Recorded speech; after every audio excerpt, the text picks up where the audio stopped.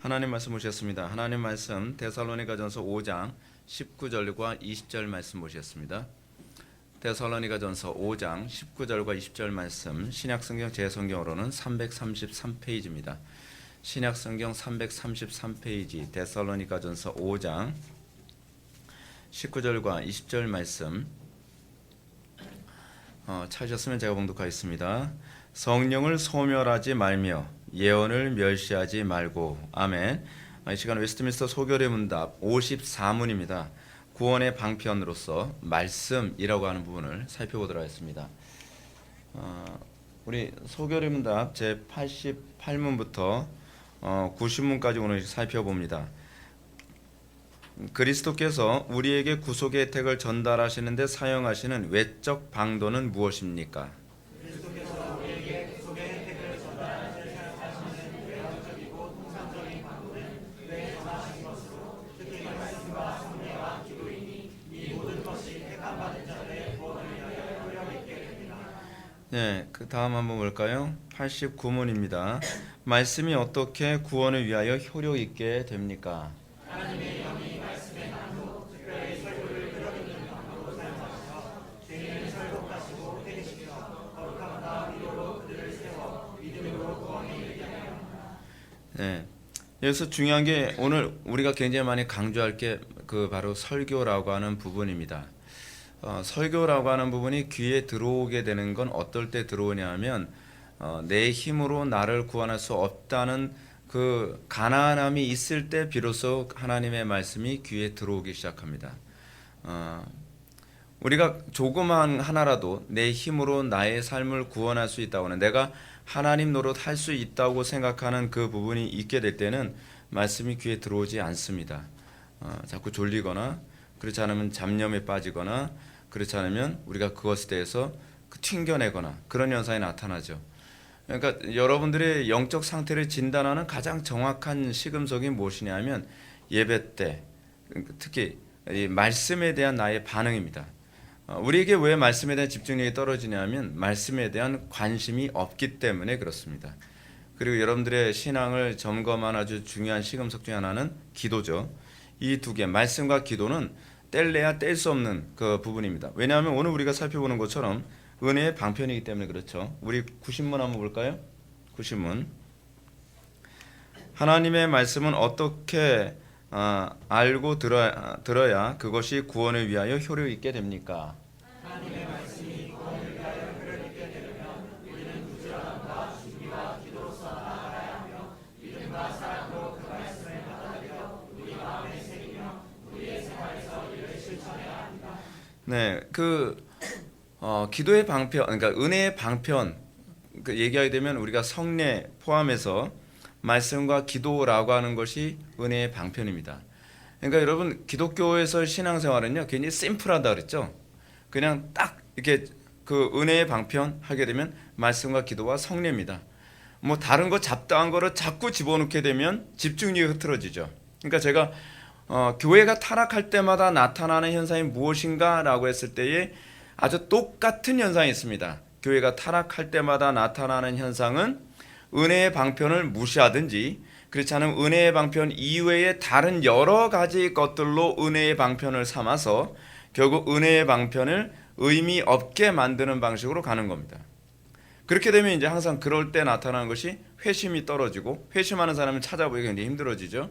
그리고 하나님의 권위가 떨어지고 교회가 타락하게 됩니다. 그러니까 저는 이렇게 목회를 하면서 매번 느끼는 것이 뭐냐면 신앙은 집중력이라고 생각을 합니다. 그러니까 본질적인 것 아니면 주변 것은 최대한 없애야 된다고 생각을 해요. 그래서 그곳에만 집중할 수 있도록 했을 때의 신앙이 좀 더 강해지죠. 그렇죠? 근데 이제 문제는 오늘날 한국 교회가 어떤 문제에 지금 봉착했냐면 말씀으로 사람이 변화된다는 걸 믿지 않습니다. 그리고 기도의 능력을 믿지 않아요. 그러니까 자동적으로 어떤 현상이 나타나냐면 말씀과 기도는 그냥 일종의 옵션처럼 또는 그냥 모양처럼 하는 거죠. 왜냐하면 교회에서 말씀과 기도가 없으면 교회라고 불러주질 않으니까. 이거 되게 웃기는 거죠. 그죠? 말씀과 기도가 생명처럼 소중하기 때문에가 아니라 말씀과 기도가 없으면 교회라고 안 불러줄 것 같으니까 말씀과 기도는 있는데 주로 교회를 움직이는 본질은 무엇이냐면 프로그램, 교제, 그렇지 않으면 어떤 세속적인 여러 가지 것들을 주변에 많이 집어넣죠. 그렇죠. 그래서 전도를 하면서도 뭐라고 얘기해요? 우리 교회 오면 뭐 준다, 뭐 드라이기 준다. 우리 교회 오면 무슨 이쁜 자매들이 있다. 뭐 이런 웃기는 코미디, 그죠? 그리고 교회에 오게 되면 무슨 좋은 시스템이 있다든지, 그래서 영어 공부, 어떤 프로그램이 있다든지, 이런 거로 교회를 자꾸 끌어모으려고 하죠. 그렇죠? 이건 어떤 문제가 있는 거죠? 교회의 교회됨 또는 교회의 본질이 뭔지를 망각해서 나타나는 현상이죠. 이 주변적인 것들. 그러니까 여러분 우리가 이 본질을 우리가 지키는 가운데 본질을 중심으로 자연스럽게 성령님에 의해서 발생되어져서 만들어지는 어떤 교제 또는 그렇지 않은 프로그램들 이런 건 제가 뭐라고 하지 않겠습니다. 근데 문제는 이게 본질이 아닌데 이거를 본질 삼아 비본질적인 것은 그냥 그 표면적으로 다른 사람들한테 손가락질 받지 않기 위해서 그냥 걸어놓고 있는 간판 같은 것들 된다고 하면 이건 되게 심각한 문제가 되는 겁니다. 그죠? 그러니까 우리가 신앙생활하면서도 나는 항상 본질에 집중하고 있는가? 이 부분에 대해서 우리가 좀 분명하게 좀 생각해 볼 필요성이 있습니다. 자, 항상 하는 것처럼 소결의 문답의 전체 구조, 항상 그 궁극적 목적이 어디에 있죠? 우리는 교리를 배우는 데 목적이 있지 않습니다. 항상 잊지 마십시오. 신앙생활은 교리를 배우는 데 목적이 있는 것이 아니라 교리를 통해서 우리의 일관성 있는 신앙의 삶을 살아가는 데 있습니다. 왜냐하면 교리가 없으면 일관성 있는 삶이 나올 수 없기 때문에 그렇죠. 항상 문제가 거기에 있습니다. 그래서 이 궁극적으로 우리가 1문부터 37문까지에서 궁극적으로 목표로 한 것이 뭐예요? 십계명, 은혜의 방편, 기도에 대한 가르침, 여기에 이제 주로 초점이 맞춰지는 거죠. 그렇죠? 이거를 모르고서 계명을 지키거나 그렇지 않으면 은혜의 방편으로서 성례에 참여한다든지, 오늘날 왜 성례에 참여하면서도 사람들이 은혜를 잘 모르죠? 성례가 은혜의 방편이라고 하는데, 여러분 이거 방식이 똑같습니다. 그렇죠? 말씀이 은혜의 방편인데 말씀이 은혜로운 적을 한 번도 느껴본 적이 없다. 되게 심각한 문제죠. 기도가 은혜의 방편이라고 하는데 난 기도가 은혜로운 것을 한 번도 느껴본 적이 없다 하고 똑같은 방식이 이거예요. 나는 성례가 은혜의 방편이라고 하는데 성례가 은혜롭게 여겨져 본 적이 없다. 그럼 이거 되게 심각한 문제가 있는 겁니다. 그래서 한국교회가 죽는 거예요. 한국교회가 프로그램이 부족해서 죽은 게 아닙니다. 죽어가는 게 아닙니다. 상당수의 이제 교회에서 이런 얘기합니다. 요즘에 한국교회가 왜 죽어갈까? 왜 죽어간다고 주로 진단합니까? 전도가 부족해서 그렇다는 거예요. 전도가 여러분 본질이 아니에요. 전도가 교회가 말씀과 기도에 전혀 힘쓰면 전도는 자동적으로 일어나는 거예요. 또 어떤 사람이 구제가 부족해서 그렇다. 아니에요. 구제도 말씀과 기도에 전무하면 자동적으로 일어나는 거예요. 여러분 오순절날 성령 강림 이후에 서로 재물을 통용하는 그런 현상이 나타난 건 사실은 그것이 사람들이 만들어낸 게 아니거든요. 말씀과 기도에 집중한 결과가 만들어낸 거죠. 그러니까 우리는 자꾸 어떤 사고에 빠져 있냐면 이 목적과 그러니까 수단과 본질이 자꾸 바뀌는 거예요. 그러니까 수단이 본질을 만들어낸다고 생각을 하는 거죠. 이게 전형적인 알미니안주의적 사고 방식이거든요. 그렇죠? 그러니까 이게 이런 식으로 나타나는 거죠. 우리가 율법을 지키면 구원받는 게 아니죠. 이게 자연인들의 전형적 사고 방식이에요. 자연인들은 율법을 지켜서 구원을 받는다고 생각을 해요. 근데 성경은 정반대로 얘기하죠. 구원을 받으면 율법을 지키게 되어 있다는 거죠. 이게 모든 게 이제 이런 방식으로 다 뒤바뀌어 버린 겁니다. 그러니까 여러분들이 예수를 믿고 나서 여러분들에게 나타나야 될 개혁이 무엇이냐면 본질과 그리고 본질에 의해서 발생되어지는 수단의 자리가 바뀌어야 돼요. 근데 우리는 이게 안 바뀐 상태에서 신앙생활을 하다 보니까 아무리 오래 신앙생활을 달라지질 않죠. 달라지지 않는 정도가 아니라 더 강팍해집니다, 여러분. 율법주의자들이 더 회심률이 떨어지죠. 왜냐하면 수단을 우상시하기 때문에 그래요. 하나님을 믿는 것이 본질인데 그 본질을 우리가 마치 수단으로 여겨버리고 수단을 본질처럼 여겨버리니까 아무리 설교를 들어도 바뀌질 않죠. 그러니까 이 고정관념이 바뀌지 않으면 어떤 현상이 나타나냐면 항상 제가 정확하게 교리적으로 얘기를 해줘도 나는 그렇게 들리는데 그런 현상이 나타나는 거예요. 아니 목사님이 틀림없이 그렇게 얘기했잖아 라고 얘기해요. 근데 그거는 자기가 그렇게 머릿속에 들어가면서 다시 재이해를 하고 있는 부분인 거죠. 그러니까 이 부분이 안 바뀌면 여러분들 삶의 변화도 기대할 수 없다는 것을 항상 염두에 두시기 바랍니다. 서론 한번 볼까요? 종교 개혁의 핵심은 오직 말씀, 솔라 스크립투라죠.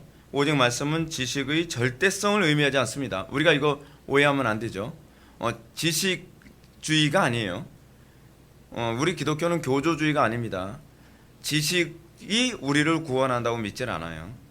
이 말씀은 하나님의 절대적인 주권을 의미하는 방식이에요. 그렇죠? 하나님은 태초에 당신의 뜻 또는 의지, 그래서 제가 가로열고 will이라고 했는데 하나님은 태초에 당신의 뜻 또는 의지로 의지를 말씀으로 드러내시죠. 그렇죠? 하나님의 의지, 하나님의 뜻은 말씀으로 드러내신 겁니다. 그래서 오직 말씀인 거예요. 이 말씀이 하나님의 의지고 하나님의 의지는 반드시 성취되어진다는 겁니다. 그런 차원에서 솔라 스크립투라죠. 이 놀라운 창조 방식은 지금도 계속되죠. 지금도 말씀을 받은 자를 통해서 새로운 마음을 하나님께서 창조하시죠. 근데 그 창조는 단회적이지 않죠. 우리는 처음 예수를 믿음으로 성령으로 거듭나고 새로운 피조물이 되지만 이거는 단회적이지만 칼빈이 얘기했던 것처럼 회개는 반복적이죠. 그 회개의 반복성은 뭘 의미하죠? 우리는 끊임없이 새로운 마음이 계속 창조되어져 갑니다. 새로운 마음이 계속적으로 창조되어짐을 통해서 내가 새로운 피조물이 됐음을 확신할 수 있죠. 새로운 마음이 창조를 우리는 다른 말로 뭐라 그러죠? 성화라고 얘기하죠. 그러니까 이 문제가 뭐냐면 청교도들이 제일 경계했던 것 그리고 신중하라고 계속적으로 얘기했던 것이 뭐냐면 너희들이 일시가 되지 않을까 두려워하라는 겁니다. 과거의 말씀을 받았을 때 변화됐었는데 그 변화가 지속적으로 반복적으로 일어나고 있지 않다고 한다면 나는 그때 그 은혜가 나를 거듭나게 한 은혜가 아니라 일시적으로 나의 생각을 잠깐만 돌이키게 했던 사건인 거죠. 이제 우리가 항상 조심해야 될 게 그거죠. 그래서 우리는 항상 두렵고 떨림으로 우리의 구원을 이루어가는 우리 심령 속에 새로운 창조가 계속적으로 일어나기를 열망하는 삶을 살아야만 합니다. 두렵고 떨리는 마음을 가져야죠. 그래서 여기서 중요한 게 뭐냐면 성경 어디에도 말씀이 아닌 다른 방도를 사용하여 구원을 이루신 적이 없다는 거예요. 여러분 이게 중요한 겁니다. 오늘날 한국교회는 지금 어떤 문제가 발생했죠? 사람들을 예수 믿도록 하기 위해서 말씀이 아닌 다른 여러 가지의 방도를 사용하죠. 프로그램을 굉장히 많이 사용합니다. 그래서 경배 찬양 같은 것을 통해서 사람들을 예수 믿게 할 수 있다고 생각하고요.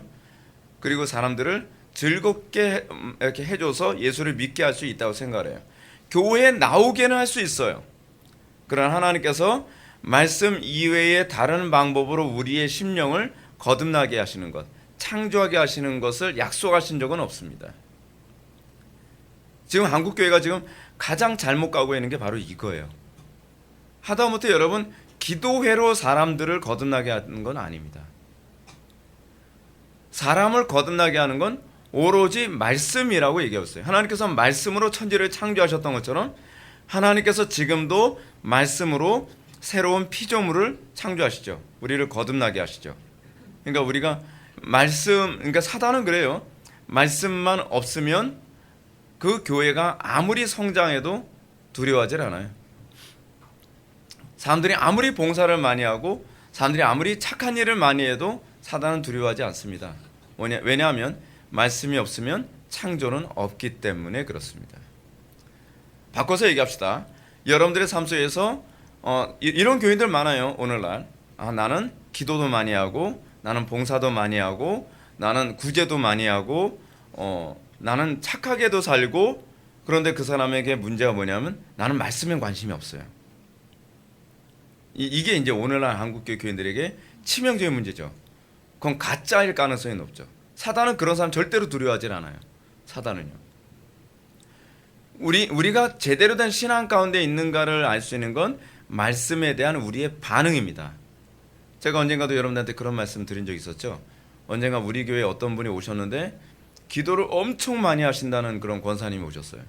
그래서 굉장히 신령하신 분이 오셔서 신령하시니까 은혜도 많이 받겠구나 했는데, 그분이 오셔가지고 거의 그 졸도할 뻔할 정도로 막 졸음에 지쳐서 못 견디는 거예요. 막 설교를 하는데 너무 신경 써요. 막 그것도 또 이렇게 이 복도 쪽에 있는 의자에 앉았었는데 그분이 이쪽에 앉아서 자꾸 이쪽으로 기울어지는 거예요. 복도 쪽으로. 해서 막 설교다 잡아주고 싶은.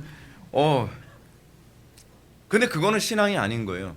말씀이 들어오질 않는 거예요. 도무지 들어오지 않는 거예요. 그건 신앙이 아니죠. 신앙은 여러분 뭐가 복인지 아십니까? 말씀이 귀에 들어오는 게 복입니다. 여러분들이 목사님 저는 아무리 설교를 들어도 안 변해요. 여러분 들린다는 것 자체가 복입니다. 여러분 아무한테나 들리는 게 아닙니다. 전 처음부터 들렸는데 그게 복된 귀인 거예요. 우리가 들을 수 없다는 것이 이게 위험한 겁니다. 들린다는 건 아직까지 나에게 소망이 있다는 거죠.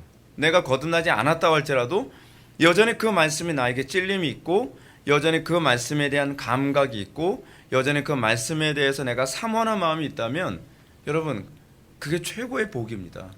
최고의 복이에요. 많은 사람들이 듣고 싶어도 안 들리는 사람들이 그토록 많아요. 많은 사람들이 듣는다고 해도 느낌이 없는 사람들이 그토록 많단 말이에요. 근데 우리에게 여전히 그 말씀이 들리고, 말씀을 들을 때마다 아프고, 때로는 찔리고, 때로는 소망이 되고, 위로가 되고, 그게 여러분들한테 복인 것을 믿으시기 바랍니다.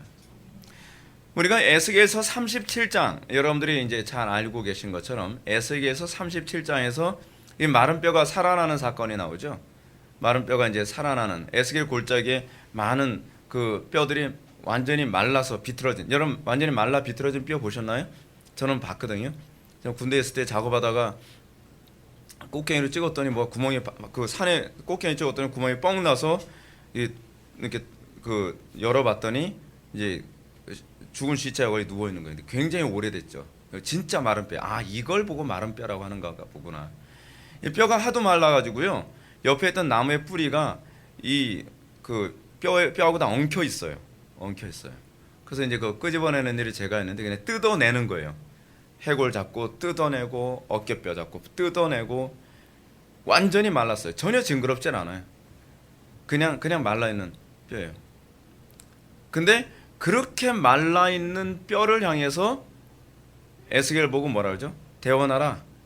그래서 하나님의 말을 대원했더니 그 살에 혈관, 핏줄, 그리고 근육, 살이 붙어가면서 생기가 생기죠. 근데 여러분 그거 아시나요? 예배 시간에 일어나는, 설교 시간에 일어나는 놀라운 그 신비가 그겁니다. 그 창조의 사건이 일어나요. 사마의 그늘로 가득해서 얼굴이 어두워 있는 한 심령이 하나님의 말씀이 그 귀에 들리기 시작하더니 마치 혈관이 생기고, 그리고 근육과 살이 붙어서, 그리고 생기가 도는 것과 같은 그런 현상이 나타난다는 말이죠. 그리고서 새로운 삶을 시작하게 됩니다. 여호와의 군대로서의 삶을 시작하게 됩니다. 근데 그 에스겔서에서 얘기하는 중요한 핵심이 뭐죠? 그가 어떻게 여호와의 군대로, 새로운 피조물로 그가 거듭나게 되죠? 말씀이죠. 말씀. 구약과 신약 전체는요, 항상 말씀에 의해서 새로운 창조가 일어나는 부분을 계속적으로 강조합니다. 그래서 여러분들이 이 말씀의 소중함을 깨닫게 되었을 때에 이 한국교회가 새롭게 개혁될 것을 믿으시기 바랍니다. 자, 우리 88문의 질문과 답을 한번 볼까요? 88문은 이렇게 질문합니다. 그리스도께서 우리에게 구속의 혜택을 전달하는 데 사용하시는 외적 방도, 다시 방편이죠. 외적 방편은 무엇입니까? 여러분 잘 보십시오. 우리는 이렇게 생각합니다. 예정론, 하나님의 주권 교리를 잘못 이해한 나머지 우리가 구원을 받는데 외적 방도는 아무 소용이 없고 필요가 없다고 생각하는 경향이 많이 있죠. 그렇죠? 그냥 넋놓고 가만히 있으면 뭐 구원받을 사람 구원받는 거고, 뭐 구원 못 받을 사람은 애를 써도 소용없고. 근데 그런 말이 없어요, 성경에. 성경에 구원받지 못할 사람은 애 써도 소용없다는 말이 없어요. 어떤 사람이 그랬죠. 어떤 사람은 힘 써도 구원받지 못한다라고 하는 구절이 있죠. 근데 그 얘기는 무엇이냐면 그 힘씀이 온전한 힘씀이 아닌 걸 염두에 두는 거예요. 그러니까 여러분들, 하나님께서는 자꾸 하나님께서 불공평한 하나님이라고 자꾸 평가하기 좋아하는 사람들은 성경이 수도 없이 이 말씀하고 계시는 주의 이름을 부름, 그리고 구하고 찾고 두드림, 그리고 하나님께서 우리에게 말씀하시는 은혜의 방편에 대한 여러 가지에 대한 언급을 전혀 기억을 못해요. 그런데 웨스트민스터 소결의 문답에서는 뭘 얘기합니까? 바로 지난 시간까지 우리는 뭘 얘기했었죠? 구원에 관해서 얘기하면서 구원의 방편이 있다. 하나님께서 우리를 구원하시기 위해 우리에게 요구하시는 은혜의 방편이 있다고 얘기하고 계시죠. 그리고 진정으로 구원받기를 열망한다면 그 은혜의 방편을 사용하라고 말씀하시는 거예요. 그리고 그 은혜의 방편을 사용하는 자에게 구원을 주시겠다고 얘기하는데 중요한 게 이겁니다. 그 은혜의 방편은 하나님께서 정하신 것만 돼요. 자, 한번 볼까요? 대답 한번 보겠습니다. 그리스도께서 우리에게 구속의 혜택을 전달하는 데 사용하시는 외형적이고 통상적인 방도는 그의 정하신 것, 하나님께서 정하셨어요. 이것으로만 구원의 은혜를 주시기로 정하셨단 말이에요. 근데 이제 문제가 뭐냐면 상당수의 사람들이 구원을 받기로 하나님께서 구원을 주시기로 정한 은혜의 방편 이외에 다른 것으로 자꾸 구원을 추구하려고 한다는 것이 문제입니다. 그 이단에 빠지는 첫걸음이에요. 이단들의 특징이 뭐냐면 자꾸 구원을 주시고자 하나님께서 약속하신 은혜의 방편 이외의 것에 집중을 하거든요. 그래서 무슨 뭐 영성훈련 프로그램, 요즘 그런 거 되게 많죠. 영성훈련 프로그램. 자꾸 이제 영성훈련 프로그램이 왜 나오냐면 이래서 나오는 거예요. 사람들이 안 바뀌거든요. 안 바뀌다 보니까 사람들이 바뀌어지게 만들기 위해서 사용하는 것이 어떤 영성훈련 프로그램이에요. 근데 그 영성훈련이라고 표현이 됐지만 그 영성훈련 프로그램은 사실 뭐냐면 그 최면술이거든요. 최면술로 사람들을 일시적으로 바꿀 수 있어요.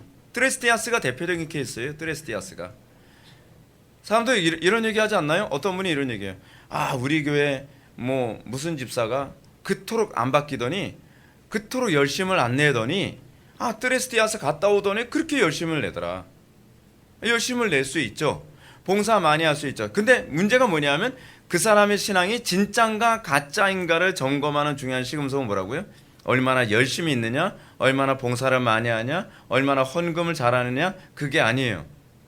상당수의 교회는 그렇게 그 집사가 헌금도 그렇게 인색했는데 헌금도 많이 냈더라.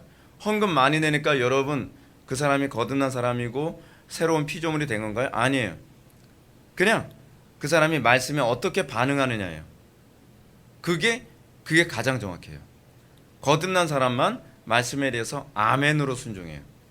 거듭난 사람만 그 말씀이 꿀처럼 달다 그래요. 거듭난 사람만 그 말씀을 생명처럼 여기고 삶의 양식으로 여겨요. 근데 신기한 게 제가 다른 교회에서 여러 교회에서 사역을 해봤지만 오히려 말씀에 가장 잘 안 반응한다고 생각되어지는 유형의 사람들이 어떤 사람이냐면 교회에서 열심히 있다는 사람들이에요. 의외로. 왜냐면 자기가 너무 강해서 말씀에 별로 이렇게 집중하지 않아도 별로 부담이 안 되는 거예요. 그 사람들의 마음은 항상 이러죠. 나는 봉사를 많이 하니까 난 당연히 천국 가겠지. 난 헌금을 많이 하니까 당연히 난 천국 가겠지. 난 기도를 많이 하니까 당연히 천국 가겠지. 나는 뭐 선행을 많이 하니까 구제를 많이 하니까 당연히 천국 가겠지. 근데 정작 그 사람들은 하나님에 대해서 아는데 관심이 없어요. 교리에 대해서 관심이 없어요. 하나님의 말씀이 천둥과 번개를 치듯이 선포가 되어져도 그 사람들은 깊은 묵상 안에서 깨어날 줄 몰라요. 가짜라는 거예요. 근데 그 가짜를 누가 양산을 해내요? 안타까운 건 목회자들이 양산해요. 당신 이제 신앙이 들어갔다. 당신 진짜 믿음이다. 봉사 안 하는데 봉사하기 시작하지 않냐. 전도 안 하기 시작했는데 전도 열심히 하지 않냐. 전도왕인데 교회에서는 무슨 왕이에요? 잠자는 왕. 잠자는 숲속의 왕자. 잠자는 숲속의 공주들이 교회 안에 바글바글해요. 근데 그 사람들이 전도왕이에요. 과연 그게 전도인가요? 전도가 뭔지를 모르는 거죠. 여러분, 제가 전도에 관해서 다시 한번 규정해 봅시다. 전도가 뭡니까? 내가 먼저 도를 깨달았고, 그리고 그 도를 전할 수 없어서 전하는 게 전도왕 아닌가요? 그래야 전도되는 거 아니에요? 근데 나한테 전도될 게 없어요. 전도라고 하는 게 여러분 뭡니까? 사실 뭐 전기적인 차원에서 얘기한다면 여러분 전기에 보면 있잖아요. 전도체와 부도체가 있죠. 그 전도체가 뭐예요? 이거를 이쪽에는 전기를 이쪽으로 보낼 때 사용해준 중간저기를 전도체라고 얘기하잖아요. 우리는 일종의 전도체 같은 존재거든요. 우리가 예수를 믿고 나서 뭐 어떤 사람은 가장 전기가 잘 전도되어지는 게 뭐예요? 금이잖아요. 그리고 그 다음에 주로 많이 저되는 게 뭐예요? 제가 알기로는 동으로 알고 있거든요. 동. 그걸 전도체라 그러죠. 그 반도체는 뭐죠? 반도체는 전도됐다 안 됐다게 만든 게 반도체죠. 그 부도체는 뭐죠? 아예 전기가 통하지 않는 걸 부도체라 그러잖아요. 옛날 우리 공업 시간에 배웠던 거예요. 근데 여러분, 우리는 마치 그거예요. 우리는 그리스도와 연결되어져서 우리를 통해 다른 사람들에게 도가 전도되어지도록 부름받은 존재예요. 그러기 위해서는 여러분, 우리가 한쪽에 어디에 닿아 있어야죠? 그리스도께 닿아 있어야죠. 그리고 그리스도께 닿아 있기 때문에 우리를 만나는 사람들. 옛날에 여러분 전기 찌릿 한번 해보셨나요? 전 전기 찌릿이 아니라 죽을 뻔했어요. 제가 호기심이 많아가지고 호기심 많다 보면 이게 목숨 걸 일이 자꾸 생기는데, 우리 부모님이 과거에 예배당에 딱 가셨을 때, 저녁 예배 때 이제 우리 형님하고 저하고 이제 둘이서 할 일이 없으니까 저는 TV 뒤가 너무 궁금한 거예요. TV 속은 어떻게 생겼을까? 그래서 아버지가 그 집을 비우고 나가셨을 때 도라이바 들고 뜯었어요. 저는 일단 뭐든지 뜯어요. VTR이고 뭐고 일단 뜯어봐요. 속에 있는 거. 자, 요번에 옛날에 그 PDA라는 거 이제 구입했을 때도 속이 너무 궁금한 거예요. 왜 궁금한지 모르겠어요. 그냥 궁금해요. 일단 뜯어봐요. 뜯어보고 나서 조립하면 항상 나사가 한두 개 남거나 그렇죠. 근데 일단은 뜯어봐요. 그냥 뜯어보는데 브라운관이 막 이만한 게 있고 여기서 막 뭐 불도 켜지고 막 그래요. 너무 신기해서 브라운관 뒤를 만졌어요. 근데 거기가 고압 전류가 그러거든요. 근데 다행히 그 고압 전류는 이렇게 들러붙는 게 아니라 튕겨 나가는 거예요. 그래서 한 1m 정도 날아갔었어요. 뒤로. 근데 여러분, 전기 같은 경우에는 우리가 전기라고 하는 콘센트 박스 같은 데다가 드라이버 같은 걸 쇠 같은 걸 꽂게 되어지면 어떻게 됩니까? 곧바로 전도돼서 그 사람이 죽을 수 있죠. 근데 그 전기는 들러붙기 때문에 죽을 수 있어요. 자, 우리는 그런 존재예요. 전도는 어떻게 되는 거예요? 우리가 우리가 아주 순결한 그 전도체가 됐을 경우에는 그리스도가 더 잘 전도되는 거죠. 그래서 예수 믿는 사람들이 우리를 만남으로 마치 전기가 통하는 것처럼 그렇게 예수를 믿게 되는 것이어야 돼요. 근데 우리는 그리스도를 만난 적이 없는 사람들이 전도를 해요. 그래서 뭐라 얘기하죠? 전도 많이 하면 믿음이 들어간대요. 또 거꾸로 믿음이 들어간 사람이 전도를 하는 거죠. 근데 전도를 많이 하면 이 사람의 믿음이 들어간다라고 하면서 전도를 많이 했기 때문에 나는 믿음이 들어갔다고 생각하는 거예요. 그러니까 목회자들이 배나도 지옥 자식을 만들고 있는 거예요. 그런 식으로 믿음이 들어가는 법은 없어요. 행위로 믿음 들어가는 법은 없거든요. 믿음은 오로지 뭐라고요? 하나님께서 정하신 방법이 있어요. 하나님께서 정하신 방법으로만 믿음이 들어가도록 하셨단 말이에요. 근데 전도는 믿음이 들어가게 하는 방식이 아니에요. 믿는 자가 행하는 방식이죠. 그러니까 용도 자체를 잘못 사용하는 거예요. 그래서 그의 정하신 방식이 뭐라고 얘기합니까? 말씀과 성례와 기도니, 이 모든 것들은 그것이 택함받은 자들의 구원을 위하여 효력 있게 됩니다. 자, 근데 다 싫어하는 거죠.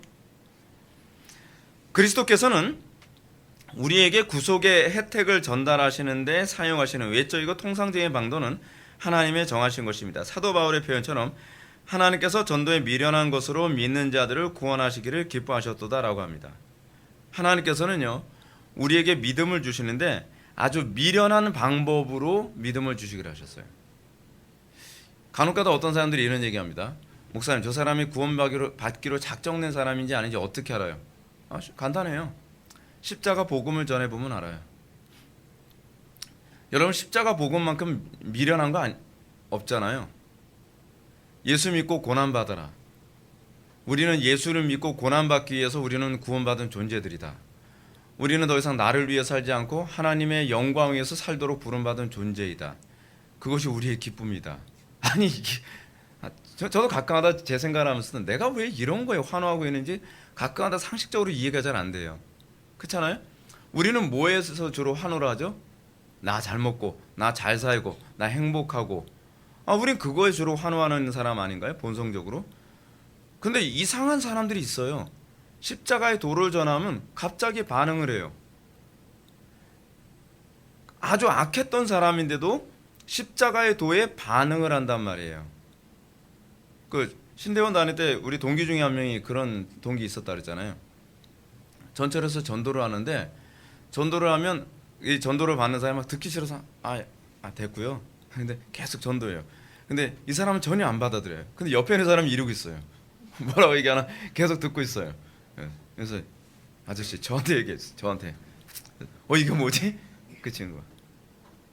근데 여러분, 그 십자가의 도에 그렇게 반응하는 사람이 있다니까요. 거기서 뭘 보죠? 선택과 예정이라는 걸 보게 되는 거죠. 미련한 거예요. 미련한 거. 근데 그 미련한 복음에 반응을 해요. 많은 사람들이 복음에 대해서 적대적인 이유가 어디 있죠?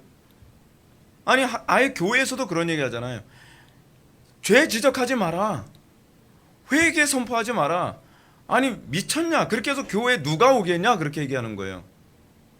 근데 이건 착각을 하는 게 뭐냐면, 교회는 사람들을 긁어 모으는 곳이 아니에요. 정치 집단이 아니란 말이에요. 정치가들은 어떻게 하죠? 사람들한테 달콤한 말로 어떻게 하든지 자기를 더 이렇게 추종하는 사람들을 만들려고 하죠. 근데 교회는 그런 집단이 아니에요. 교회는 그리스도를 사모하는 사람들, 그래서 복음에 반응하는 사람들의 모임이란 말이죠. 근데 그거를 미련하게 여겨요. 십자가의 도를 미련하게 여기죠. 근데 하나님께서 어떻게 우리를 구원하시기로 작정하셨어요? 이거는 하나님의 작정이거든요. 십자가의 도를 통해서만 구원하시기로 작정하셨어요. 제발 영리한 척 하지 말라는 거예요.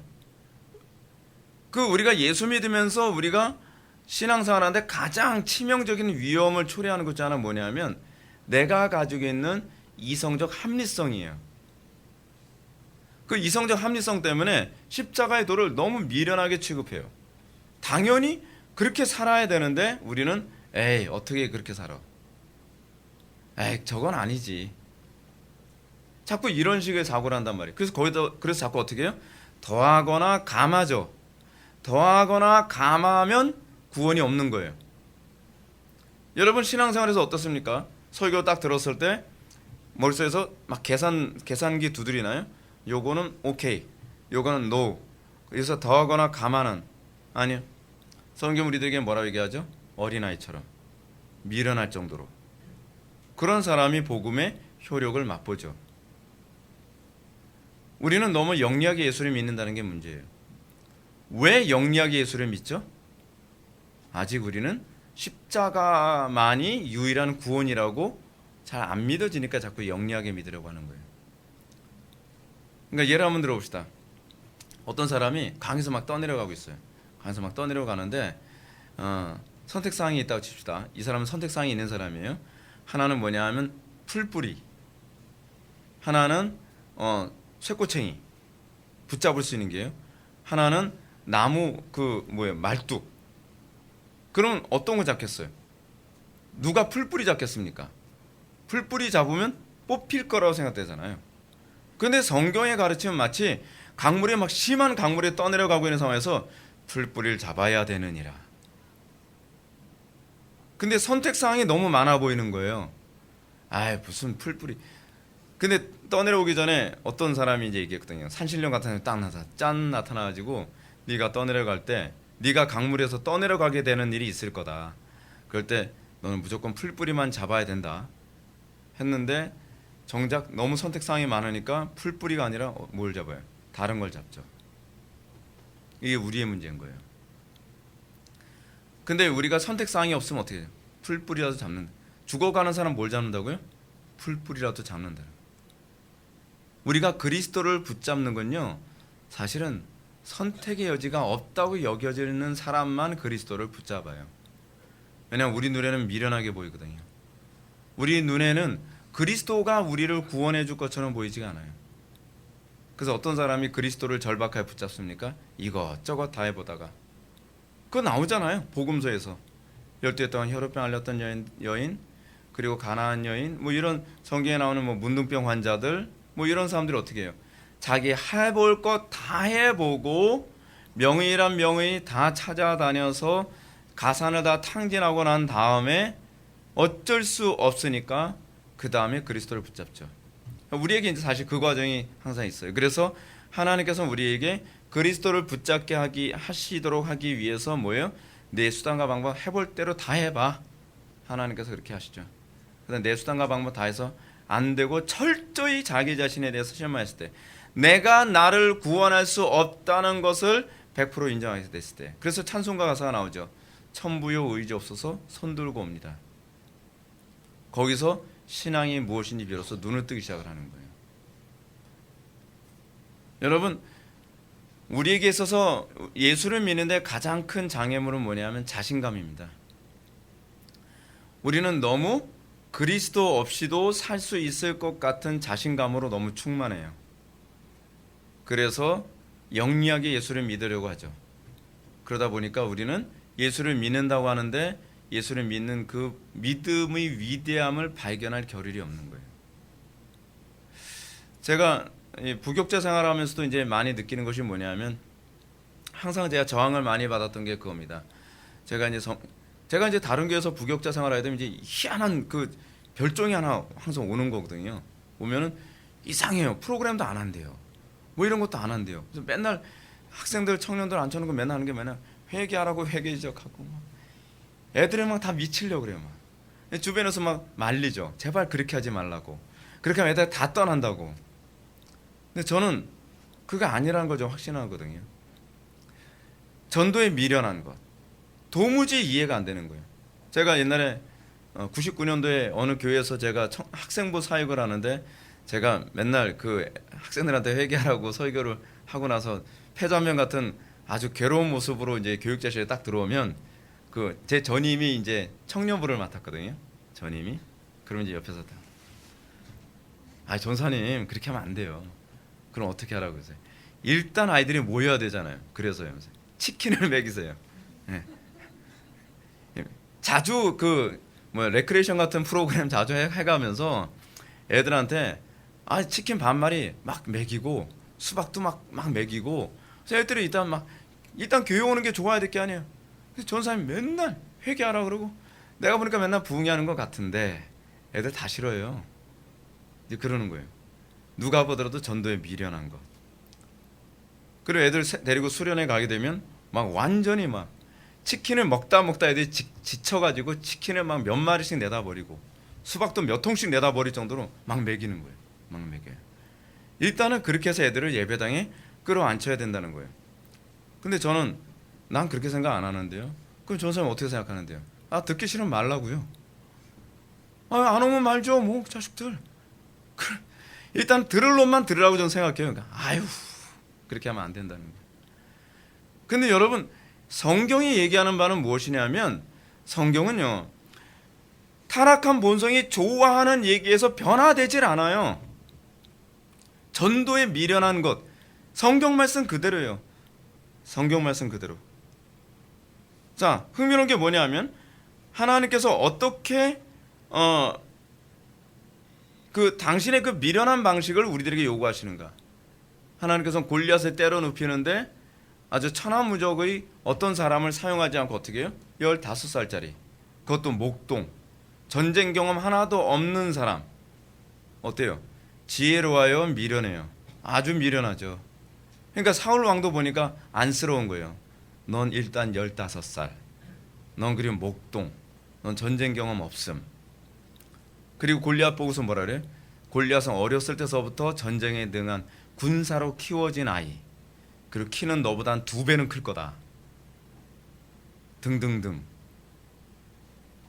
그러니까 골리앗하고 싸우겠다고 나가는 다윗을 보면서 어떻게 생각했을까요? 이리 와봐. 키가 요 정도. 야, 받아 적어. 키 요 정도. 관짤 준비하고 있었겠죠. 예. 저거는 죽는 거예요, 그냥. 관 사이즈 아마 재고 있었을 거예요. 근데 하나님은 그 방법을 통해서 영광을 받으시거든요. 왜 하나님께서는 미련한 방법으로 사용하시는 가? 왜 하나님께서는 약해 보이는 방법으로 사용하시는가? 그것을 통해 하나님께서 영광 받기 원하시는 거예요. 자, 제가 여기서 여러분들한테 이런 말씀 드릴게요. 하나님께서 우리를 구원하신 목적이 뭐라고요? 하나님께서 영광 받기 위해서. 하나님께서 영광 받기 위해서는 어떻게 하셔야 되죠? 인간의 방법으로, 인간의 힘으로 불가능한 것이 가능할 때라야만 보이지 않는 그 신이 존재한다고 사람들이 인정하게 되는 거죠. 그런 거예요. 그 제가 부교육자 생활할 때도 그렇고 제가 단임 목회하면서도 제가 이제 그런 얘기하죠. 불가능해 보이는 상황이 됐을 때 오케이. 진짜 하나님이 살아계심을 보여줄 수 있는 좋은 기회. 근데 전 그렇게 생각했어요. 제가 오늘 그 예배 시작하기 전에 우리 어머니가 옛날에 살아생전에 그 메모를 해놓던 걸 제가 이제 또 읽으면서 굉장히 좀 위로가 됐는데요. 우리 어머니가 메모지에다 이렇게 쓰셨어요. 뭐라냐면 좌절해서 이길 때마다 영역이 자란다. 그리고 기도하면 할수록 못할 일이 일어나서 방해한다. 이것을 이기면 하나님께 영광. 뭐 이런 식으로요. 그렇게 사셨던 거예요. 항상 이걸 마음에 새기고. 우리는 그걸 위해서 존재하는 거예요. 지금 우리나라 상황 어때요? 소망 없어 보이죠? 지금이야말로 하나님의 영광이 나타나게 딱 좋은 환경 조건 아닌가요? 그런 거예요. 그게 기독교 신앙의 역설이거든요. 여러분들이 항상 그런 마음을 좀 가졌으면 좋겠어요. 절망적이기 때문에 그러니까 어둡기 때문에 빛이 더 선명하게 보이죠. 그것이 우리가 이 땅을 살아가는 방식입니다. 또 하나님은 아람 왕의 군대 장관 나아만이 문둥병으로 이제 고침받으러 왔을 때 어떻게 했습니까?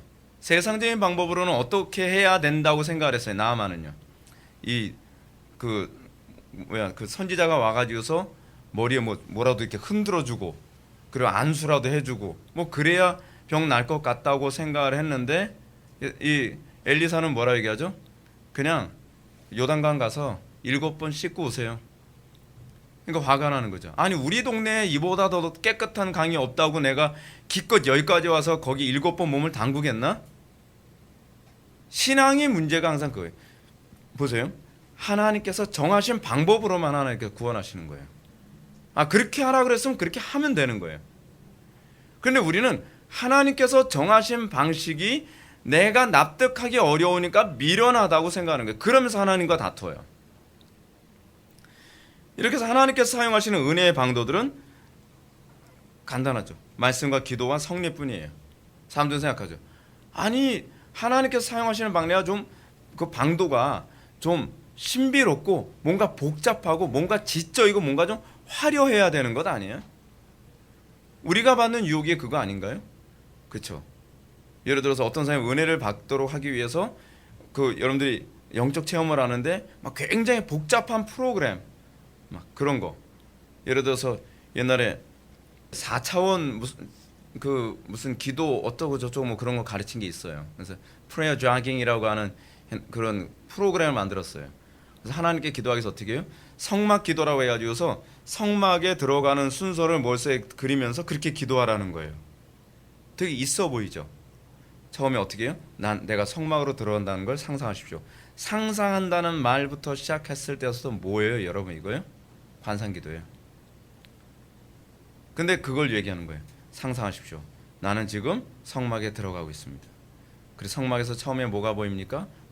물두멍이 보이고 뭐가 보이고 그래서 지금 이제 성소에 들어갑니다. 성소에서 한쪽에 뭐가 있다고 머리 떠올리십시오.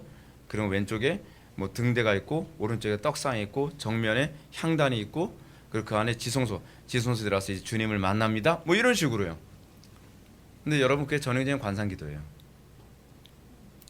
속지 마십시오. 그렇게 복잡하고 뭔가 있어 보이기 때문에 하나님께서 역사하실 거라고 생각하지 마십시오. 성경이 가르치는 은혜의 방편은 심플합니다. 심플해요. 어떤 이미지를 사용해서 우리에게 영적인 은혜를 끼칠 거라고 생각하는 건 다 사람이 만들어낸 것이고 그건 다 최면술과 같은 방식입니다. 자, 말씀이 효력을 일으키는 방식. 과거에요, 여러분 이그나티우스 로욜라라고 하는 그 가톨릭의 그 영성훈련가가 있었습니다. 근데 그 사람이 끊임없이 사람들에게 영성을 심어주기 위해서 했던 방법이 뭐냐면 이미지 어떤 그 트레이닝이었어요. 끊임없이 머릿속에서 이미지를 자꾸 구상하라는 거예요. 근데 여러분 내가 머릿속에서 만드는 이미지는 내가 만든 거지 성경에 있는 게 아니거든요. 그러면서 뭐 나중에는 어떻게 해요? 뭐 옛날에 모세도 만날 수 있다 그러고 이게 관상기도의 특징이거든요. 그 누굴 통해서요? 스피리추얼 가이드를 통해서 이 모세도 만나고 바울도 만나고 뭐 엘리야도 만나고 뭐 그런다는 거예요. 성경에 없는 얘기예요. 그건 은혜의 방편이 되지 못합니다. 자, 말씀이 효력을 일으키는 방식이 뭘까요? 89문 이게 질문 보게 되면 대답 보면 하나님의 영이 말씀의 낭독, 특별히 설교를 효력 있는 방도로 사용하시어 죄인을 설복하고 회개시키며 거룩함과 위로로 그들을 세워 믿음으로 구원에 이르게 합니다. 요즘에 이거 안 믿죠? 한국 교회가요. 설교를 통해서 사람이 변화될 거라고 안 믿죠. 왜냐하면 설교가 미련하다고 생각하는 거예요. 그래서 요즘에 지금 대부분 신대원에서 배우는 학생들이 어떤 식으로 이해를 하냐면 설교를 교육적인 차원으로만 이해를 해요. 실제로 설교를 통해서 사람들이 그 심령이 변화된다는 걸 믿질 않아요. 근데 여러분 교회에서 안에서 사람들이 변화될 때 뭐를 통해서 변화됐죠? 성경 공부로 변화된 것이 아니었습니다. 다 예배를 통해서 설교를 통해서 사람들이 변화됐어요. 한국 교회가 정말 집중해야 될 건요 성경 공부가 아닙니다. 설교입니다. 간혹가다 이런 얘기하죠. 목사님 그래도 성경 공부가 있어야 어려운 설교를 알아들을 수 있지 않나요? 그래요. 그런 타에서 소위 서브적인 차원에서 성경 공부를 배운다는 것에 대해서는 좀 부정하지 않습니다. 그러나 성경 공부로 사람을 바꾸고 예배는 어떤 옵션처럼 이해하는 거야말로 심각한 불신이죠. 하나님께서는 예배라고 하는 강력한 은혜의 방편, 특히 말씀을 통해서 사람들을 변화시키기로 작정하셨습니다. 그거를 믿는 것이 신앙입니다. 오늘날 우리의 가장 심각한 문제가 뭐죠? 예배 시간에 참석하면서 내가 말씀으로 변화될 거라고 기대를 안 해요. 설교자도 말씀으로 회중이 변화될 거라고 기대 안 하죠. 그러니까 설교하기 전에 기도를 죽기 살기를 안 하는 것 같아요. 전 설교 전에 항상 여러분들을 확실하게 그 박살내는 데 초점 맞춰서 기도를 해요. 하나님 오늘 성도들 그 영혼들이 하나님 앞에서 완전히 박살나게 해주십시오. 그 주님 만나게 해주십시오. 정말 옛 성품이 정과 육을 십자가에 못 박고 그 심령 속에 하나님의 말씀이 각인되는 역사가 나타나게 해달라고 기도하거든요. 저는 설교를 통해서 사람들 변화될 거라 믿어요. 정말 믿습니다. 실제로 제 목회사에게서 설교를 통해서 변화된 사람들이 워낙 많았기 때문에 전 그걸 믿습니다. 회중도 믿어야 되고 그리고 설교자도 믿어야 되겠죠. 그래서 이 설교를 통해서 회개시키며 거룩함과 위로로 그들을 세워 믿음으로 구원에 이르게 함이라고 합니다. 그래서 1번 하나님의 영의 작용, 성령의 작용이라고 하는 부분 한번 볼까요? 말씀의 효력은 오로지 성령의 작용을 통해서만 나타납니다. 바울이 루디아에게 복음을 전할 때 효력이 나타난 것이 어떻게 됐죠? 주께서 그 마음을 열어 바울의 말을 따르게 하였다. 여기엔 바울이 어떤 설득력이 뛰어났다든지 바울이 어떤 특별한 화술을 사용했기 때문이라고 얘기하지 않습니다. 루디아가 마음문을 열고 그리고 말씀을 받고 그리고 바울을 따르게 된 것은 전적으로 하나님의 역사였습니다. 그렇죠? 데살로니가 교인들이 말씀을 듣게 된 것은 어떻게 해요? 성령이 기쁨으로 말씀을 받아 우리와 주를 본받는 자 되었다라고 얘기합니다. 성령의 역사라고 얘기하고 있어요. 성령이 아니어서는 우리를 말씀대로 살도록 할 수 없습니다. 성령이 아니어서는 여러분의 닫혀진 마음의 문을 열 수가 없습니다. 근데 요즘 그 신학교에서 신대원 같은 데서 이제 그 설교학 시간에 자꾸 이제 그런 것에 초점을 자꾸 맞춰요. 인위적인 방법으로 마음의 문을 열도록 만들어야 된다는 거예요. 그래서 사용하는 것 중에 뭐냐면 아이스 브레이크라고 하는 걸 한동안 많이 사용했었어요. 세드백 교회나 윌로우 크릭 같은 이제 그런 교회에서 이제 성도들이 이게 말씀의 마음은 잘 안 열잖아요. 말씀의 마음은 안 열면 열도록 하기 위해서 어떻게 해야 되죠? 기도해야죠. 근데 기도하는 방법을 사용하지 않고 아이스 브레이크라고 하는 마음문을 쉽게 열 수 있는 조크 같은 걸 이제 자꾸 준비를 하죠. 그래서 이 설교 전에 대부분 설교자들 설교할 전에 뭐 많이 하죠? 조크 많이 하죠. 조크 많이 하면 교회들이 한번 웃고 나면 마음이 이렇게 딱 열린다고 생각하는 거예요. 근데 그거 아시나요? 하면서 웃고 나서 마음은 딱 열리는데 말씀만 딱 전하면 마음을 딱 닫아요. 저거 얼마나 많이 받는지 몰라요. 그 말씀이 날카롭게 들어가기 전까지는 다 마음이 다 열려 있어요. 어떤 말에도 아멘, 뭐 할렐루야, 뭐 여러분 복 받을 줄 믿습니다. 아멘, 할렐루야, 십자가 지십시오, 딱 닫아요.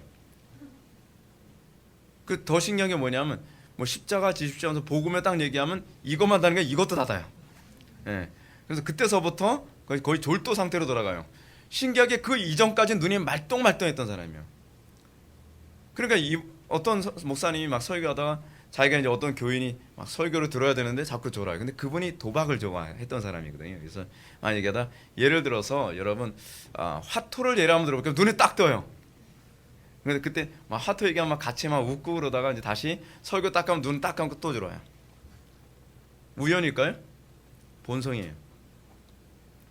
마음문을 열고 닫는 건 설교자의 힘으로 되는 게 아니에요. 여러분 로이드 존스 목사님 설교 좀 읽어보셨죠? 다들 안 읽어보셨다고 해서 뭐 회개하든지 뭐 그런 건 제가 아닌데 로이드 존스 목사님의 설교문을요 여러분들 은혜 없이 보면 읽을 때서부터 마음은 다쳐요. 아니 무슨 시작을 이렇게 해 딱딱하게, 그죠? 근데 여러분 하나님께서 역사하시면 그 어려운 설교도 마음문이 열리고 은혜를 받는단 말이에요.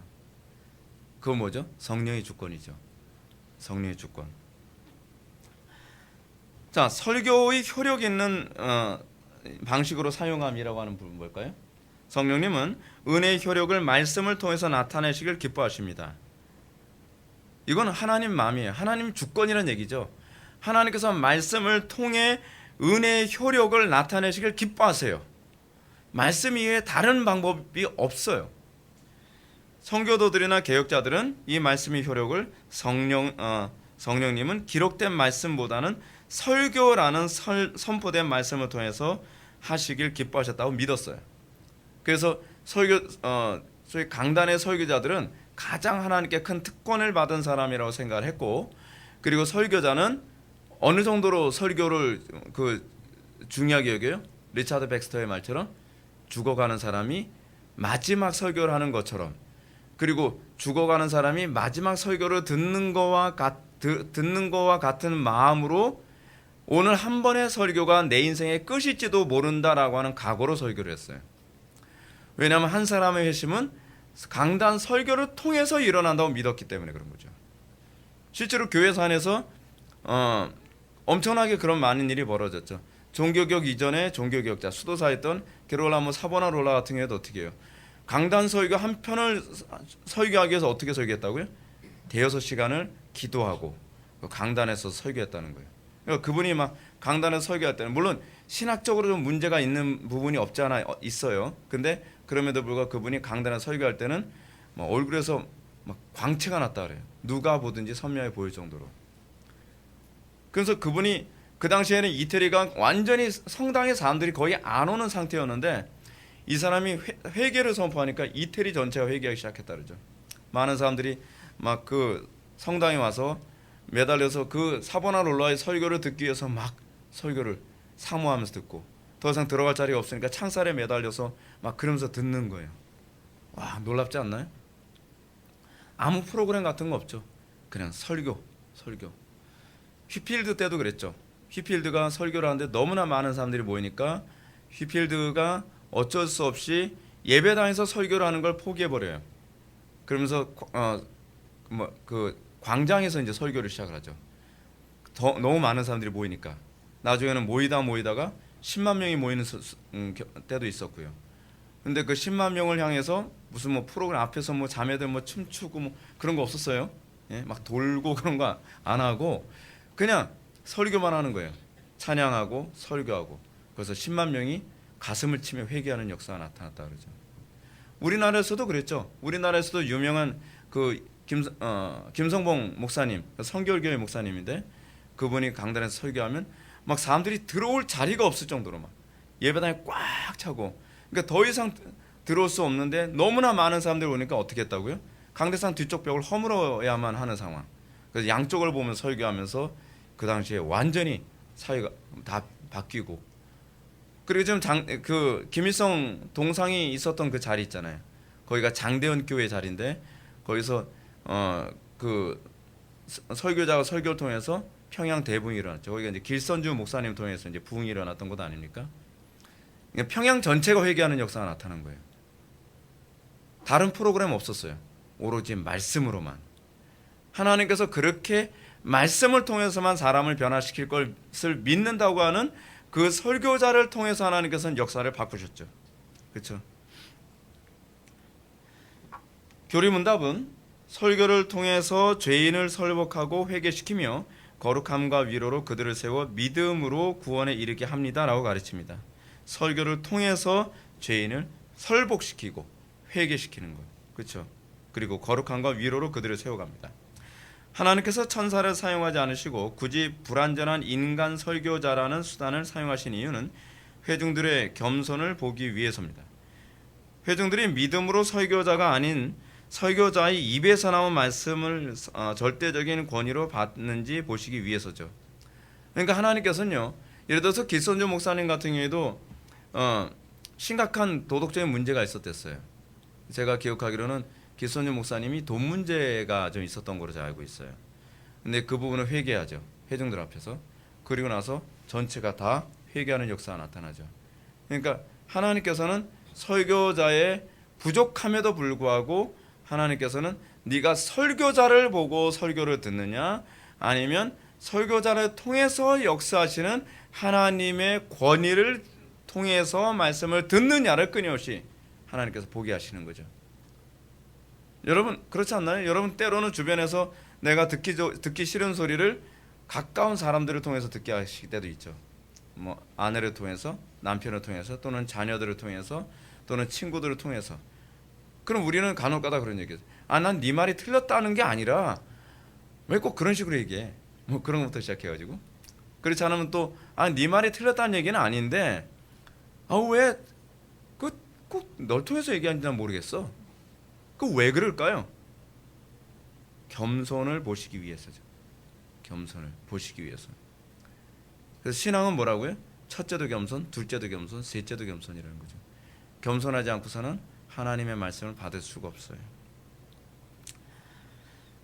우리가 하나님께서 어느 정도로 그 음성에, 그 절대성에 귀를 기울이기 원하십니까? 발람이 죄를 범하러 갈 때 하나님께서 천사를 통해서 말씀하지 않으시고 누굴 통해서 말씀하세요? 당나귀 통해서. 우리 주변에 당나귀가 많다니까요. 사람의 탈을 쓴 당나귀들이 여럿 있어요. 그렇죠?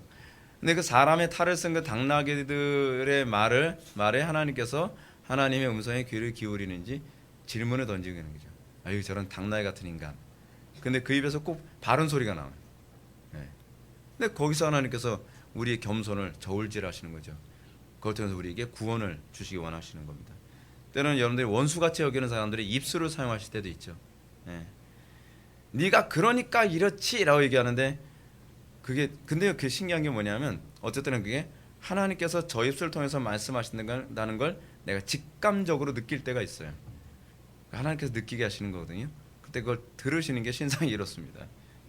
부부싸움하다가 나올 수도 있어요. 자, 하나님의 말씀이 효력있게 되려면 90문인데요. 답을 한번 볼까요? 하나님의 말씀이 구원을 위하여 효력있게 되려면 우리는 부지런함과 밑줄 툭 쳐야죠. 부지런함과 준비와 기도로서 나아가야 하며 믿음과 사랑으로 그 말씀을 받아들여 우리의 마음에 새기며 우리의 생활에서 이를 실천해야 합니다. 항상 그 은혜를 어떤 사람이 받냐면 부지런한 사람이 받습니다. 그렇죠? 여기서 보게 되면 부지런함과 준비와 기도 그러죠. 여러분 하나님으로부터 정말 은혜 받기를 원한다고 한다면 과거에 뭐 부흥회다 뭐다 이렇게 막 찾아다니면서 은혜 받으러 애를 쓴 사람들을 보게 되면요, 진짜 부지런하게 막 그 부흥회 찾아다니는 사람도 있었댔어요. 어떤 분은 그 부흥 강사가 그 오전에 저녁 때 그 같은 설교로 이제 오전에만 참석할 수 있는 사람과 오후에만 참석할 수 있는 사람이 있어가지고 그렇게 설교를 했다 그러는데, 어떤 사모님이 자기가 은혜 받은 얘기를 하는데 자기는 그 아가씨 시절 때 일부러 은혜를 지독하게 받으려고 오전 예배, 오후 예배를 일일이 다 참석했대요. 네. 정말 부지런하게 은혜 받는 방법을 가르쳐주면 가르쳐주는 대로 다 순종을 했다는 거예요. 그러면서 은혜를 받는 거예요. 우리 여러분 어떤가요? 우리 70년대, 80년대 때요, 우리의 그 어머니들 은혜 어떻게 받았는지 여러분 아시죠? 진짜 지독하게 은혜 받으러 다녔어요. 제가 어렸을 때 어머니하고 이제 맨날 은혜 받으러 다녔던 때가 이제 기억이 났는데, 제가 십정동에서 살았었는데요, 저희 집 근처에서 한 차를 타면, 택시를 타야 되면 한 10분 정도 거리가 되겠죠. 부평역 쪽에 있는 이제 부평감리교회, 거기서 무슨 부흥회 한다 뭐 한다 그러면, 옛날에는 제가 어렸을 때는 눈이 발목 이상으로 푹 빠졌었거든요. 근데 거기를 부흥회 참석하려고 새벽에 4시에 일어나서 어머니 손잡고 눈 푹푹 빠져가면서 거기까지 가는 거예요. 막 은혜 한번 받아보려고. 뭐 새벽 기도, 저녁 기도회, 금요 기도회, 뭐 금요 철야죠. 옛날에는 금요 철야라면 옛날에 어땠습니까? 옛날에는 한 9시에 시작해서 새벽 4시까지 금요 철야를 했거든요. 근데 그렇게 하면서 막 은혜 받아보려고 그렇게 애를 쓰는 거예요. 부지런하게. 지금은 뭐 애쓰는 것도 아니죠. 그렇죠? 얼마나 편하게 뜨뜻하게 편한 의자에 앉아서 그리고 뭐 너무나 좋은 쾌적한 환경에서, 이것도 불편하다고 그것도 자강 타서 다 폼나게 나왔다가 문 철컥 닫고 어우 추워 그러면서 따뜻한 그 히터 다 틀어놓은 거 사서, 그러면서 우리는 그렇게 은혜 받으려. 아니요.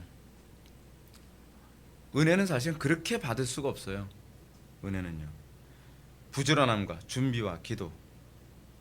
그래서 여러분들, 제가 항상 예배 전에 어떻게 하라고요? 은혜 받을 수 있도록 부지런히 미리 나와서 마음에 준비하고 기도하고 그러면서 은혜를 받는 거예요.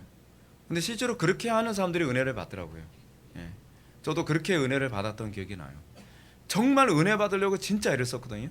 근데 정말 애를 썼는데, 여러분 저는 애써도 안 되던데요, 저만큼 애써본 사람 별로 없는 것 같아요. 자, 우리 교회 교인들 보면 전 정말 은혜 받으려고요 진짜 애를 많이 썼어요. 부흥회 같은 데 가서 한번 은혜 한번 받아보려고 막 진짜 내복이 푹 젖을 정도로 매번 그렇게 기도하고 막 매달리고, 그런데 은혜 안 주시더라고요.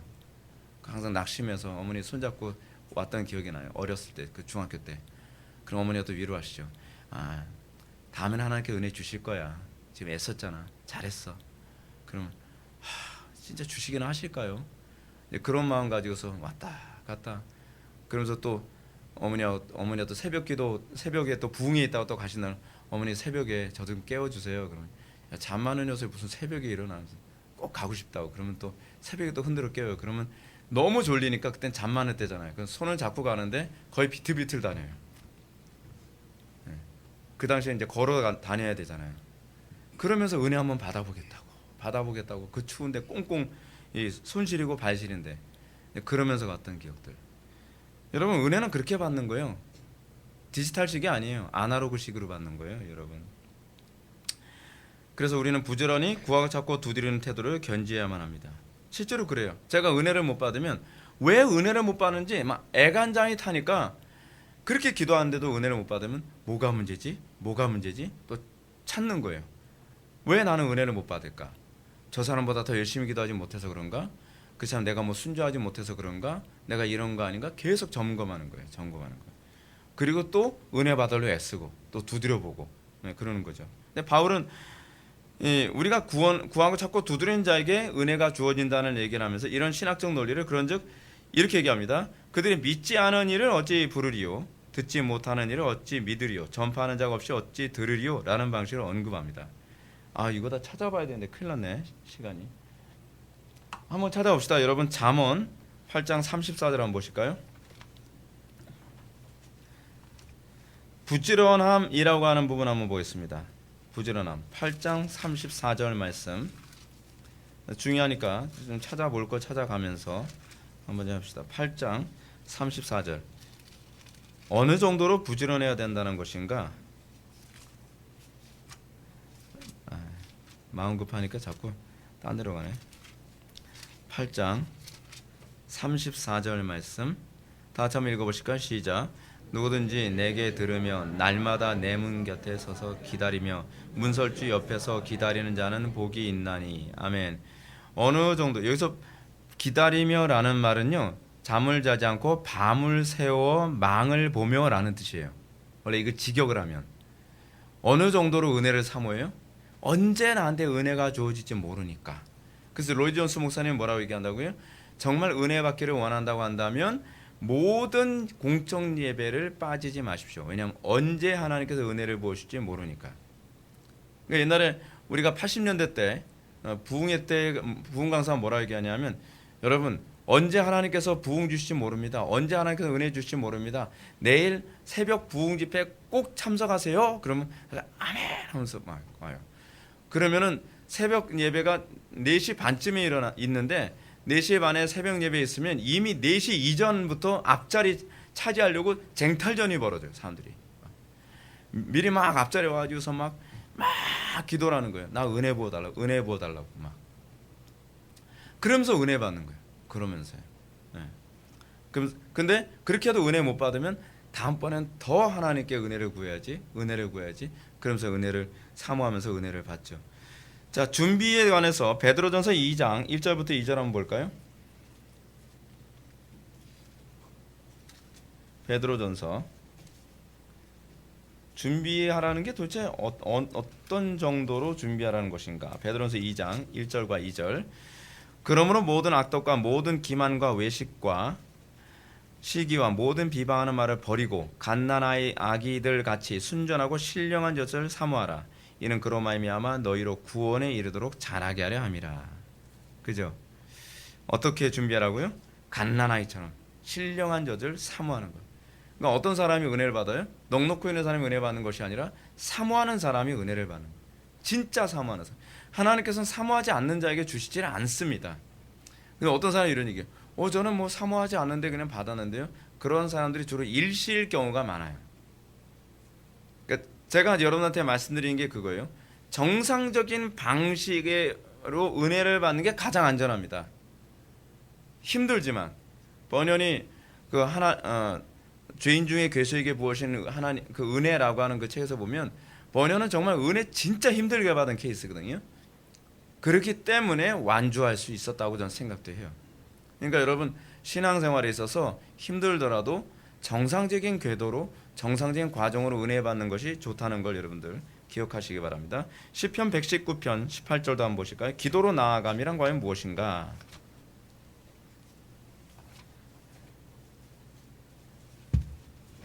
시편 119편 18절 말씀 보시겠습니다.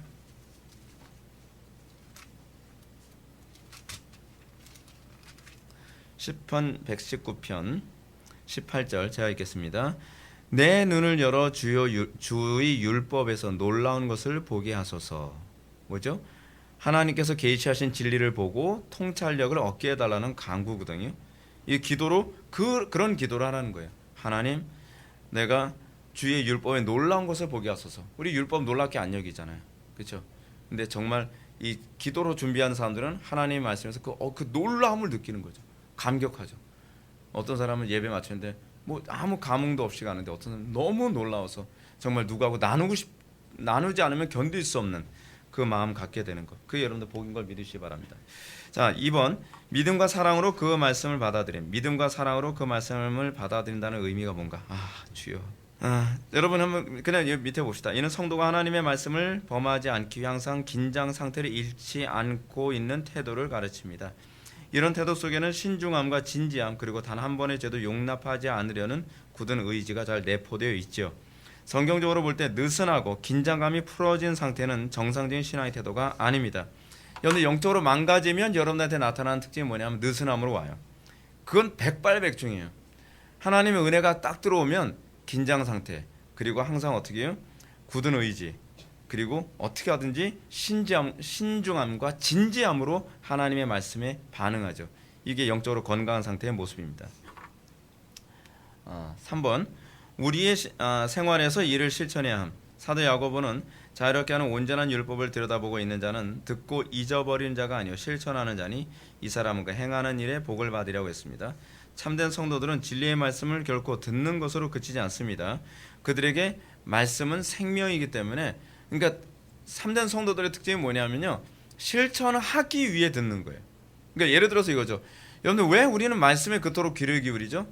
내가 어떻게 살아야만 살 수 있는지에 대한 목마름 때문에 말씀에 귀를 기울이는 거예요. 제가 항상 은혜를 받았었던 때를 기억하면 그래요. 항상 귀를 쫑긋 세우는 게 뭐냐면 그래서 어떻게 살라고 하는 것일까? 라고 하는 것에 대해서 관심을 갖는 거예요. 그래서 뭐 설교자들이 딱 얘기를 하면 저거구나 라고 생각하면 곧바로 실천해 보는 거죠. 근데 그런 자에게 은혜가 있는 거예요.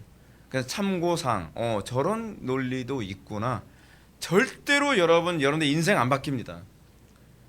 설교를 많이 들었다고 해서 인생이 바뀌는 것이 아니라 한편의 설교에도 여러분들이 그걸 양식 삼아 생명 삼아 순종하기 위한 몸부림을 칠 때 그때 여러분들의 삶이 변하고 여러분들에게 구원에 임하고 삶에 놀라운 은혜가 임하는 거죠.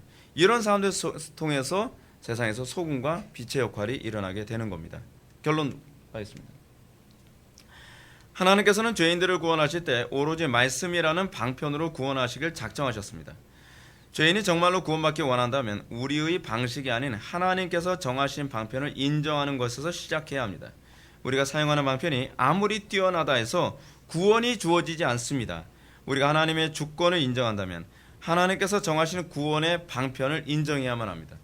여러분들 삶 속에 구원받아야 될 영역들이 너무 많죠. 내 영혼의 구원뿐만 아니라 가정의 구원, 사회의 구원, 그리고 국가적 구원. 제가 이번에도 그 전모 목사님 신성모독 발언에 관해서도 제가 강경하게 제가 표현했던 이유가 뭐냐면 국가적 구원을 원한다고 한다면 우리는 어떻게 반응해야 되죠? 하나님의 뜻대로 행하여야만 살 길이 열린다고 생각을 해야 되잖아요.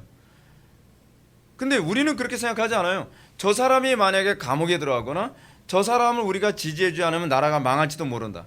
아니 나라를 저 사람이 구해줍니까? 아니면 하나님이 구해줍니까? 이것부터 잘못된 거란 말이에요. 이것부터.